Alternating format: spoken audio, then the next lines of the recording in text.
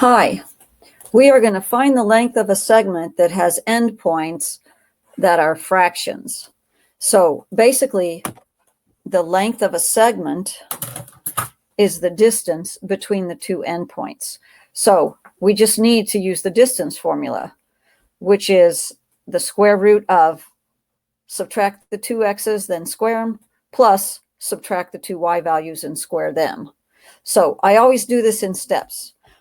So for my first step, I always subtract the x's, which is these two fractions, the 3/2 and the 2/5 subtracted. I got a common denominator and found that this is 11/10. Then I subtract the two y's.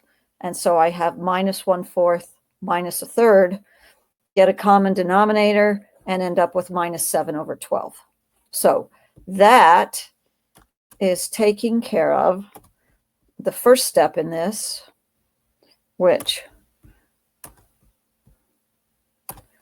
is the x1 minus x2. I'll make a line. Is this x1 minus x2 and this y1 minus y2.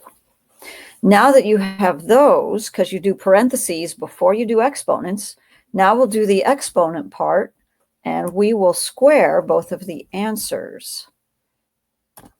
So now we're taking the difference between the two x's, and we are squaring it, and the difference between the two y's, and we are squaring it. So that's what we have here.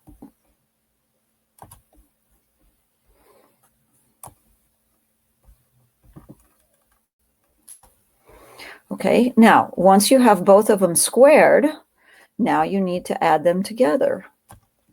So that's what we have in the next step. And adding those two fractions is kind of a hassle, but now we're doing this step where we add them all together. So that is, I need to be able to move my screen. That is, here they are squared. We add them together, the common denominator.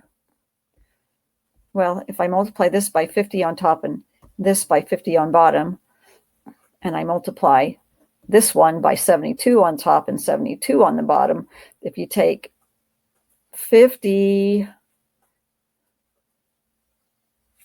anyway, that gives us the common denominator of 7,200.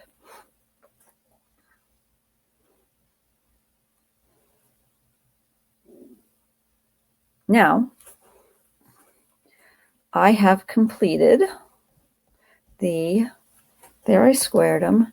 Here I added them together. That's this answer right here. I didn't circle it well, but that's that answer. And the last thing we need to do then is take the square root. So if we come up here, back up here, and we now do the square root of that number we just came up with, which is right here, we find out